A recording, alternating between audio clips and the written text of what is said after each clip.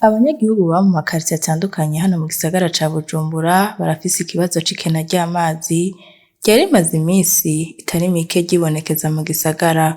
Abanyagihugu twayaze baba muri karitiye Cibitoki bavuga ko ico kibazo kitaborohereza mu buzima bwabo bwa misi yose kuko amazi ari ngirakamaro. Bagashima cane ko muri ino misi ariko araboneka bukebuke.